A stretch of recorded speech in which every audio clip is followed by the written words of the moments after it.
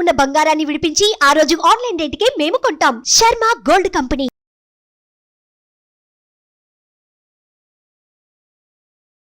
నమస్కారం, welcome to Suman TV. నేను గీతాంజలి.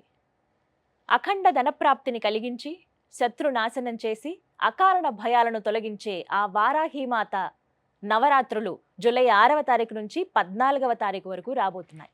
అసలు ఈ గుప్త నవరాత్రులను ఎవరెవరు ఆచరించవచ్చు, అమ్మవారిని ఎలా ఆరాధించాలి, ఏ విధమైన పూజను చేయాలి, ఎటువంటి నైవేద్యాలు అమ్మవారికి సమర్పించాలి, ముఖ్యంగా నవరాత్రులు అంటే 9 రోజుల పాటు ఒక్కొక్క రోజు అమ్మవారిని ఏ విధంగా ఆరాధించాలో మీకు తెలియజేసే ప్రయత్నం చేస్తున్నాం. ఇప్పటివరకు ఈ వీడియో అంటే ఇటువంటి ఇన్ఫర్మేషన్ మీరు ఎక్కడా చూసి ఉండరు. వారాహి అమ్మవారిని ఎలా పూజించాలి ఇవి మాత్రమే మీకు తెలిసి ఉంటుంది. కానీ ప్రత్యేకంగా మీకు చాలా విలువైన సమాచారాన్ని అందించాలనే ఉద్దేశంతో ఈ కార్యక్రమాన్ని ఏర్పాటు చేశాం. అమ్మవారి గురించి అలాగే ఏ విధంగా మనం అమ్మవారిని ఆరాధించాలో ఈ విశేషాలు తెలియచేయడానికి ప్రస్తుతం మనతో పాటు ఉన్నారు ప్రముఖ జ్యోతిష్యులు నందిబట్ల శ్రీహరి శర్మ గురువు గారు. వారితో మాట్లాడి మరిన్ని విషయాలు తెలుసుకుందాం. గురుగారు నమస్కారం అండి. వాగర్థావివ సంపృక్తౌ వాగర్థ ప్రతిపత్తయే జగతః పితరౌ వందే పార్వతీ పరమేశ్వరౌ. సదాశివసమారంభాం శంకరాచార్య మధ్యమాం అస్మదాచార్య పర్యంతం వందే గురు పరంపరాం. ఆదిత్యాయ చ సోమాయ మంగళాయ బుధాయ చ గురు శుక్ర శనిభ్యశ్చ రాహవే కేతవే నమః. శృంగేరి పీఠాధిపతులకి కంచి పీఠాధిపతులకి నమస్కారములు తెలియజేసుకుంటూ కార్యక్రమాన్ని ప్రారంభిద్దాం. గురుగారు, వారాహి నవరాత్రులు ఇక్కడ అంటే ఎక్కడ విన్నా ఇప్పుడు ఇవే అమ్మవారి గురించే వినిపిస్తోంది. జూలై 6వ తారీఖు నుంచి 14, 15వ తారీఖుతో ముగుస్తున్నాయని చెప్తున్నారు. అయితే అమ్మవారి ఉగ్రదేవత, ఆవిడ్ని పూజించే విధానం చాలా ప్రత్యేకంగా ఉంటుంది. పూజ చేయాలంటే ఇన్ని నియమాలు పాటించాలని రకరకాలుగా అందరూ చెబుతూ ఉన్నారు. అయితే మీరేమైనా చెప్తారు? ప్రధానంగా అమ్మవారిని అసలు ఎలా పూజించాలి? అమ్మవారు ఉగ్రదేవత కాబట్టి శాంతించే రకంగా పూజ చేయాలా, ఇంట్లోనే పూజ చేసుకోవచ్చా, కేవలం ఆలయాల్లో చేయాలా, ఇంట్లో చేస్తే ఎలా చేయాలి, అసలు ఎవరు పూజను ఆచరించాలి, మహిళల పురుషుల, ఇలా ఎన్నో సందేహాలు ఉన్నాయి. వాటిని నివృత్తి చేయగలరు? తప్పకుండానమ్మా. వీక్షించేటువంటి సుమన్ టీవీ ప్రేక్షకులుగా గమనించాల్సిన అంశం ఏంటంటే, ఈ కార్యక్రమంలో వారాహి అమ్మవారి యొక్క సమగ్రమైనటువంటి వివరణ మీకు అందివ్వడం జరుగుతుంది. ఇంతవరకు సుమన్ టీవీ ప్రేక్షకులు చాలా అదృష్టవంతులని చెప్పవచ్చు. ఎందుకనంటే ఇంతవరకు ఏ ప్లాట్ఫామ్ మీద కూడా సోషల్ మీడియాలో చాలా విషయాలు చెప్పుకోలేదు. కానీ మనం ఈ కార్యక్రమంలో అమ్మవారికి సంబంధించినటువంటివి చాలా విషయాలు మనం తెలుసుకోబోతున్నాం. అమ్మవారికి ఇప్పటి వరకు మీరు కని విని ఎరగనటువంటి, అనగా చాలా పురాణాల్లో రహస్యోక్తంగా అమ్మవారిని పూజించిన వారు ఏ ఏ పదార్థాలతో పూజించారు, నైవేద్యం పెట్టారు, ఏ విధంగా అర్చన చేసుకున్నారు, ఏ ఏ విధంగా అమ్మవారిని ఉపాసన చేశారు, ఎటువంటి ఫలితాలు పొందారు అనేటువంటి విషయాన్ని ఈ రోజున నాకు అమ్మవారు పలికించినటువంటి జ్ఞానాన్ని వీక్షించే ప్రేక్షకులు, మన సుమన్ టీవీ ప్రేక్షకుల కోసం తెలియచేస్తున్నానమ్మా. ఇక్కడ ప్రధానంగా వారాహి దేవత అమ్మవారు ఎవరు అనంటే భండాసురుడిని సంహరించడం కోసమై అమ్మవారు సృష్టించినటువంటిది. అంటే లలిత అమ్మవారి స్వరూపమే దుర్గా, రాజశ్యామల, దండనాయిక ఈ వారాహి అమ్మవారు. ఈ వారాహి అమ్మవారికి సంబంధించి అంటే మనకు వరాహ రూపంలో మనకు స్వామి మనకు తెలుసు, వరాహ స్వామి అని.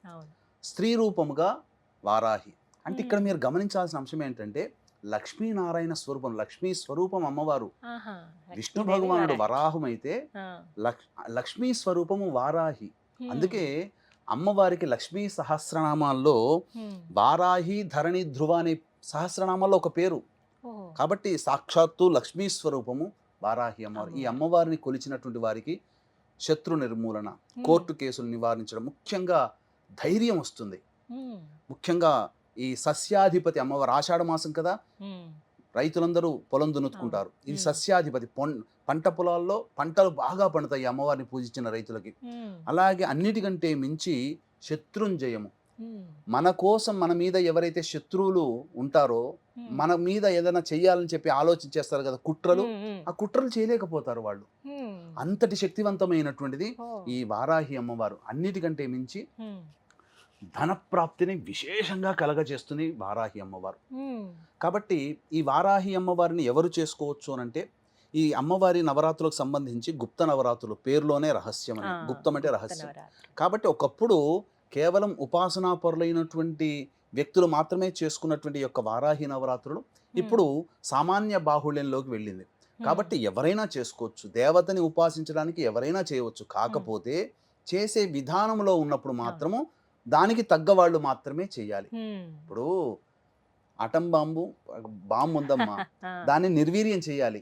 అందరూ చేయగలుగుతారా? తెలుసు, ఎవరు వాళ్ళు చేయాలి. కాకపోతే ఇక్కడ ఏంటనంటే వీక్షించేటువంటి సుమన్ టీవీ ప్రేక్షకులు కూడా అమ్మవారిని సామాన్యమైనటువంటి వ్యక్తులు కూడా సామాన్య విధానంతో అర్చించి గొప్పదైనటువంటి ఫలితాన్ని పొందవచ్చు. ఇక్కడ భక్తి ప్రధానము, అంటే అందరూ పూజించవచ్చు అంటున్నారు. అందరూ పూజించుకోవచ్చు. కాకపోతే దీనికి ఉన్నటువంటి నియమం ఏంటంటే అమ్మవారిని సూర్యోదయం కంటే ముందే పూజ చేయాలి, లేదా సూర్యాస్తమయం తర్వాతనైనా చేయాలి. చేసేటప్పుడు ఖచ్చితంగా ఉదయం ఎలాగో దంతధావనం, పళ్ళు తోముకుంటాం, సాయంత్రం పూట చేసే వాళ్ళు కూడా దంతధావనం చేసుకునే శుచిగా అమ్మవారిని ఆరాధించాలని శాస్త్రం చెప్పబడుతుంది. ఇక్కడ అది ప్రధానం. అయితే ఇక్కడ ఉద్యాపన 14వ తారీఖు చేసుకోవచ్చా, 15వ తారీఖు చేసుకోవచ్చా అనేటువంటి ఆలోచన కూడా ఉంది. 14వ తారీఖు రోజున సూర్యోదయానికి అష్టమి ఉంది, సూర్యాస్తమయం తర్వాత నవమి వస్తుంది. సాయంత్రం పూట పూజ చేసుకునే వాళ్ళు 14వ తారీఖుకి ఉద్యాపన చేసుకోవచ్చు. ఉదయం పూట పూజ చేసుకునే వాళ్ళు 15వ తారీఖు రోజున పూజ చేసుకోవాలి. ఇక్కడ స్త్రీ పురుషులు ఎవరైనా చేయవచ్చునమ్మా. అయితే ఇక్కడ ఈ రోజున మనం చెప్పుకోబోయేటువంటి వారాహి సంబంధించినటువంటి దాంట్లో వీక్షించేటువంటి సుమన్ టీవీ ప్రేక్షకులు కూడా ఏమాత్రం కూడా ఈ కార్యక్రమాన్ని స్కిప్ చేసుకోకండి, మిస్ అవ్వకండి. ఎందుకనంటే 9 నవరాత్రులలో 9 రోజుల పాటు సుమన్ టీవీ వాళ్ళు మీకు చక్కటి వివరణని ఇవ్వడానికి ప్రయత్నం చేస్తున్నాం. కాబట్టి ప్రతిరోజు అమ్మవారికి ఒక్కొక్క వారాహి రూపం ఉంటుంది.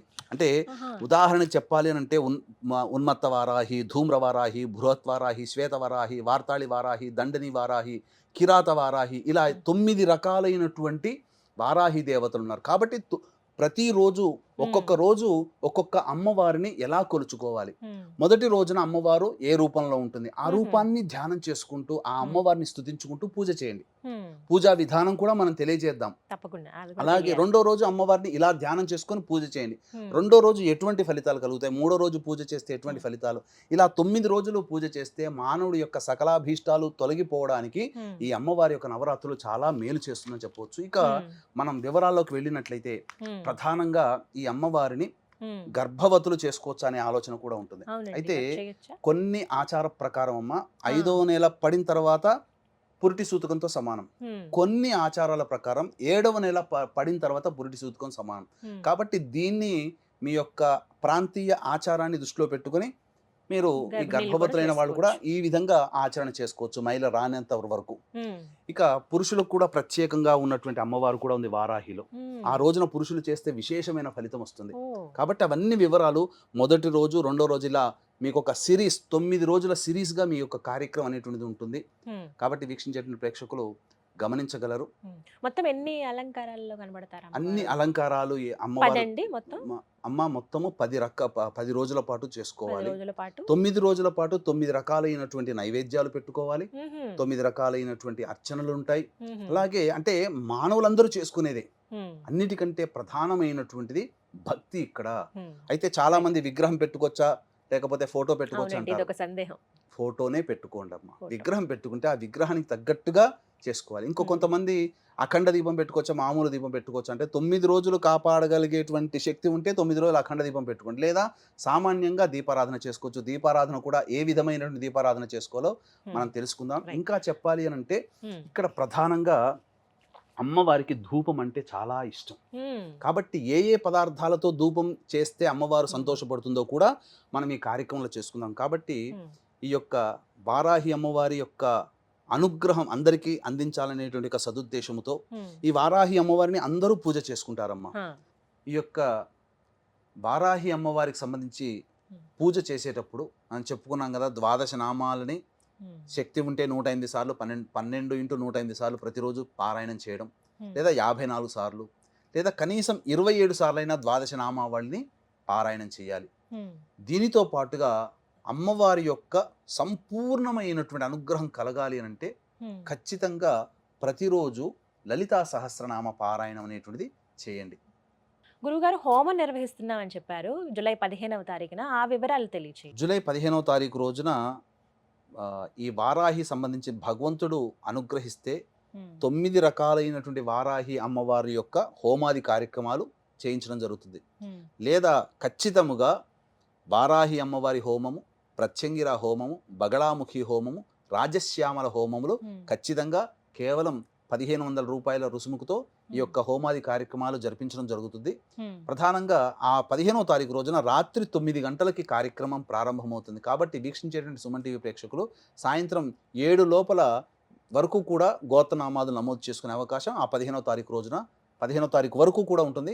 అవకాశం ఉంటే ముందుగానే ఈ యొక్క కార్యక్రమం చూసినప్పుడు వెనువెంటనే చేసుకోవాలనే సంకల్పం ఉంటే వెనువెంటనే చేసుకోండి. ఈ హోమంలో పాల్గొనడం ద్వారా శత్రునాశనం జరుగుతుంది, ధనప్రాప్తి కలుగుతుంది, ఉద్యోగం లభిస్తుంది, కోరిన కోరికలు లభిస్తాయి. ముఖ్యంగా భూగృహ వసతులు ఈ అమ్మవారిని పూజించడం ద్వారా కలుగుతుంది. సకల సంతోషాలు కలుగుతాయి. ముఖ్యంగా భయముతో కూడుకున్నటువంటి జీవితం మన నుంచి వెళ్ళిపోతుంది. ధైర్యంగా బతకగలుగుతాం.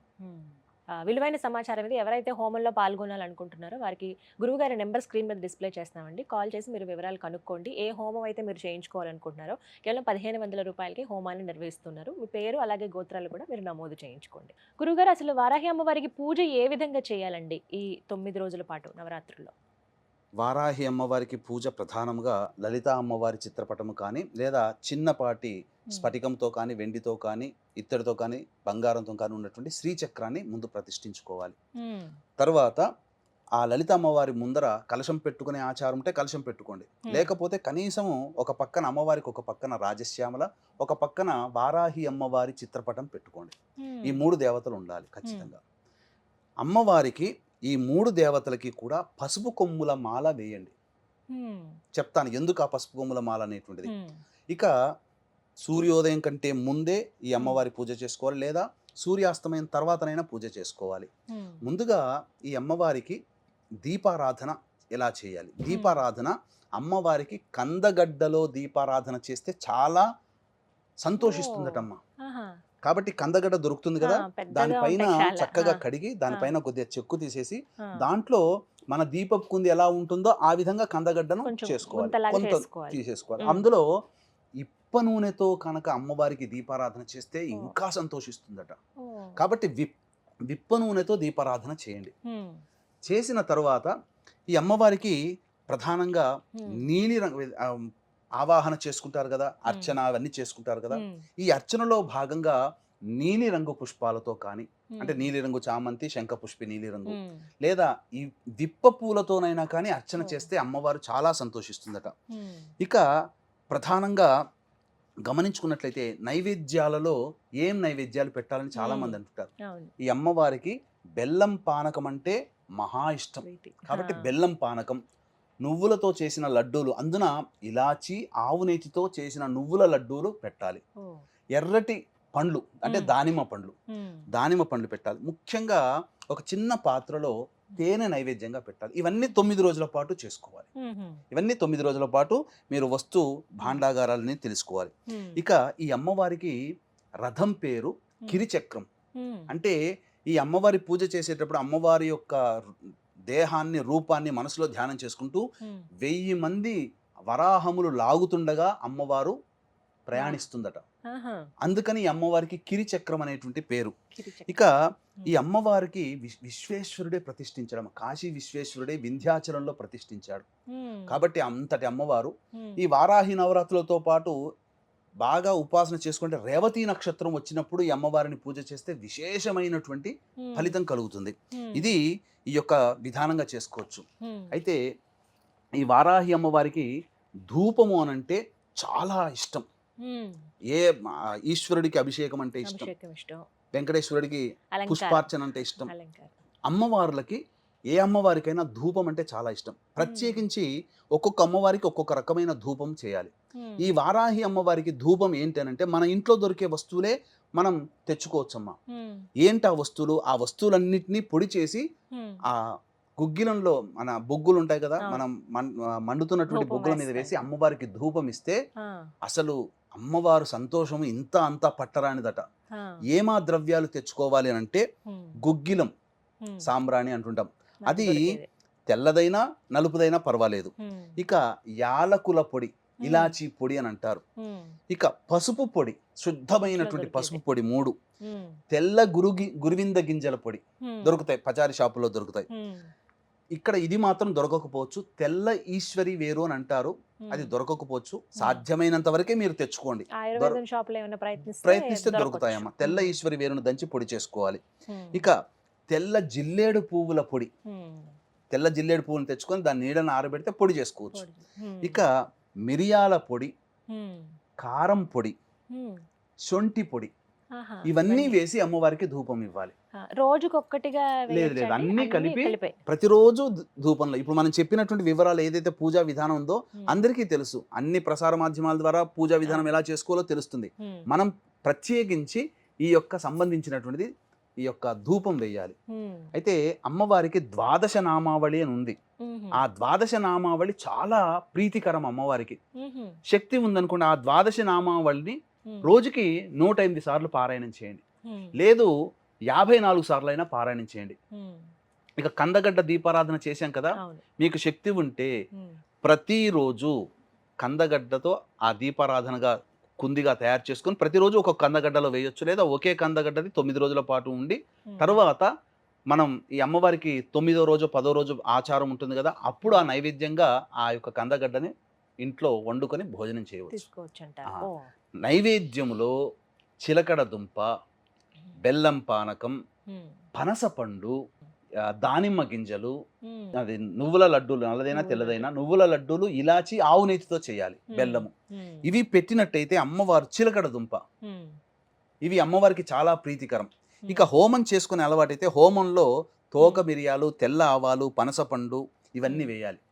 ఇక అమ్మవారికి తాంబూలం సమర్పించేటప్పుడు పచ్చకర్పూరం, జాపత్రి, జాజికాయ, ఇలాచి, లవంగాలు, ఇలా సుగంధ ద్రవ్యాలు, జవ్వాది, ఇలా కలిపి, జవ్వాది పొడి ఉంటుంది, కలిపి అమ్మవారికి తాంబూలం పెట్టి తర్వాత మీరు చేసుకున్నటువంటి ఆ పదార్థాలు ఏదైతే ఉన్నాయో ఆ తాంబూలం పూజ చేసుకున్న వాళ్ళు సేవనం చేయొచ్చు, నైవేద్యం కూడా అందరూ తినవచ్చు. ఈ విధంగా పూజా విధానం అన్నమాట. పూజా విధానం చాలా చక్కగా వివరించారండి. ముందుగా అందరూ ఇవి తెలుసుకోవాలి. ఇవి 9 రోజుల పాటు అందరూ ఆచరించవలసింది. 9 రోజుల పాటు మనం చెప్పినటువంటి విధానంగా అమ్మవారిని ఆ విధంగా ధూపము, నైవేద్యము, దీపారాధన, అర్చన, ఇవన్నీ మనం చెప్పినటువంటి వస్తువులతో చేస్తే చాలా విశేషం. ఇక మనం 9 రోజులలో 9 రోజుల పాటు ఒక్కొక్క అమ్మవారు ఏ రూపంలో ఉంటుంది, ఏ రూపంలో ధ్యానం చేసుకొని అమ్మవారిని పూజించాలో కూడా తెలుసుకుందాం. ఇప్పటి వరకు పూజా విధానం ఎలా చేయాలి, ఏ నూనెతో దీపారాధన చేయాలి, ఎటువంటి నైవేద్యం అమ్మవారికి సమర్పించాలో తెలుసుకున్నారు కదా. మరి నవరాత్రుల్లో ఒక్కో రోజు అమ్మవారు ఏ రూపంలో మనకి దర్శనమిస్తారు, మరి ముఖ్యంగా ఆ రోజున ఏ విధంగా పూజ చేయాలి, ఒక్కో ఎపిసోడ్ ద్వారా మీకు అందించే ప్రయత్నం చేస్తున్నాం. గురుగారికి నవరాత్రుల్లో చివరి రోజైన 9వ రోజున వారాహి అమ్మవారు అసలు ఏ రూపంలో దర్శనమిస్తారు, మనం ఎలా కొలుచుకోవాలి ఆవిడ్ని, ఎటువంటి నైవేద్యం అమ్మవారికి సమర్పించాలి? చివరి రోజున అమ్మవారిని దండిని వారాహి రూపంలో కొలుచుకోవాలి, లలితా రూపంలో కూడా కొలుస్తారు. ఇక అమ్మవారి యొక్క అవతార ఉద్దేశమే ఇది, దండనాయిక అమ్మవారు, వారాహి అమ్మవారు. అంటే అమ్మవారు ఎవరై అంటే సర్వ సైన్యాధ్యక్షురాలు, దండనాయిక. కాబట్టి ఈ అమ్మవారి నామానికి అంటే ఉద్భవించినటువంటి అవతార స్వరూపానికి కారణమే దండించేటువంటి స్వభావం. కాబట్టి 9వ రోజున ఈ అమ్మవారిని సంపూర్ణముగా ఆ అవతార రూపంలో మనం కొలుచుకుంటాం. దండనాయిక అనే రూపంలో ఈ అమ్మవారిని కొలుచుకోవడం ద్వారా సకలమైనటువంటి అభీష్టాలు నెరవేరుతాయి, సకల సిద్ధులు కలుగుతాయి. అలాగే మనిషి తాను ఏది కోరుకుంటాడో అది సంప్రాప్తమవుతుంది. నేను చాలా మందిని చూశానమ్మా, మా కుటుంబంలో కూడా నాకు తెలిసిన వాళ్ళలో కూడా ఈ వారాహి నవరాత్రులు చేసినటువంటి వాళ్ళని చూశాను. దీనివల్ల అమోఘమైనటువంటి లక్ష్మీ ప్రాప్తి కలుగుతుందమ్మా. కాబట్టి 9 రోజుల వరకు ఎవరైతే ఓపిక పట్టుకొని చేసినటువంటి వాళ్ళకి ధనప్రాప్తి సంపూర్ణంగా కలుగుతుంది, శత్రువులు ఉండరు, అసలు వాళ్ళ దగ్గర వాళ్ళు వెళితేనే పనులన్నీ కంప్లీట్ అయిపోతాయి. అందుకని ఈ విధంగా అమ్మవారిని ఈ రూపంలో కొలుచుకునేటువంటి అమ్మవారు. ఇక ఈ సంబంధించినటువంటి అమ్మవారికి నైవేద్యంగా బెల్లం పాయసం నైవేద్యంగా పెడితే చాలు. ఇక ఈ అమ్మవారికి సంబంధించి ప్రధానముగా మనం రోజు చెప్పుకునేటువంటి నైవేద్యాలే విప్ప పూలు, పనసపండు, కందగడ్డ, చిలకడ దుంప, అలాగే దానిమ్మ గింజలు, నువ్వుల లడ్డూలు, ఇలాచి, ఆవు నెయ్యితో చేసినటువంటి నువ్వుల లడ్డూలు. ఈ విధంగా నైవేద్యం పెట్టి ఉన్నట్లయితే అమ్మవారిని ఇక చాలా సంతోషపడుతుంది. మనం చేసే ఈ ఉపచారాల వల్ల ఇంకా నాకు తెలిసి అంతకు మించి. సమగ్రమైనటువంటి ఉపచారములన్నీ కూడా ఈ 9 రోజులుగా మనం అందిస్తూ వస్తున్నామమ్మా. అవును. కాబట్టి ఈ 9వ రోజున చేసినటువంటి పూజ చేసినటువంటి వారికి అమ్మవారి యొక్క అనుగ్రహం సకలంగా సంపూర్ణంగా అనుగ్రహిస్తుంది. చాలామంది పూజ చేసుకుంటారు, హోమం చేసుకోలేని వాళ్ళు ఉంటారు. ఏ సమస్యకైనా మానవ పరిహారం, దైవ పరిహారం. వైద్యుడి దగ్గరికి వెళ్ళినా మానవ పరిహారం, దైవ పరిహారం. అంటే వైద్య పరిహారం అంటే మందులు ఇస్తాడు. కానీ మానవ పరిహారంగా సమయానికి మందులు వేసుకోవడం, పథ్యం పాటించడం మానవులుగా మనం చేసేది. వైద్యుడు ఇచ్చేటువంటి మంచి మందు ఇస్తాడు. అలాగే మీరు చేసుకునే పూజలు, అలాగే మంత్ర పరిహారంగా బ్రాహ్మణుల ద్వారా, ఉపాసనా పరులైనటువంటి బ్రాహ్మణుల ద్వారా 15వ తారీఖు రోజున ఈ కార్యక్రమాన్ని చేయిస్తున్నాం. కాబట్టి రాత్రి 9 గంటలకి ప్రారంభమవుతుంది ఈ యొక్క కార్యక్రమం 15వ తారీఖు రోజున. కాబట్టి ఈ సాయంత్రం 7 గంటల వరకు కూడా ఈ గోతనామాదులు నమోదు చేసుకోవచ్చు. అలాగే చివరి రోజున ప్రత్యేకంగా ఏమైనా పూజ చేయాలండి? అంటే ఫోటో పెట్టి పీఠంలాగా పెట్టి ఏర్పాటు చేసుకుంటారు కదా. ఉద్యాపన విషయంలోనమ్మా, ఉద్యాపన విషయంలో మనకు 2 మార్గాల్లో 2 రకాలైనటువంటి విధానాలుగా చెప్పబడ్డాయి. 9 రోజులు పూజ చేసి 10వ రోజున ఉద్యాపన చేస్తారు. అవును. లేదా 9వ రోజు పూజ చేసి 9వ రోజు సమాప్తం చేస్తారు.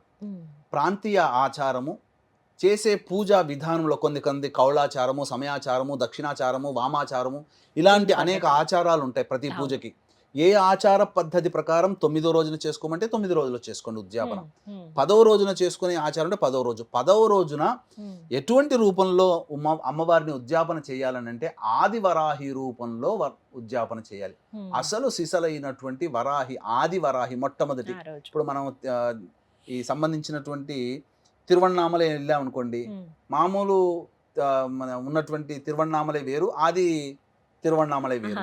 అలాగే ప్రతి దేవతకి కూడా మొదటి ఒక రూపం ఉంటుంది, ఆది రూపం ఉంటుంది. కాబట్టి ఈ 10వ రోజున ఆది వరాహ రూపంలో ఉండి అమ్మవారిని పూజ చేసుకోవాలి.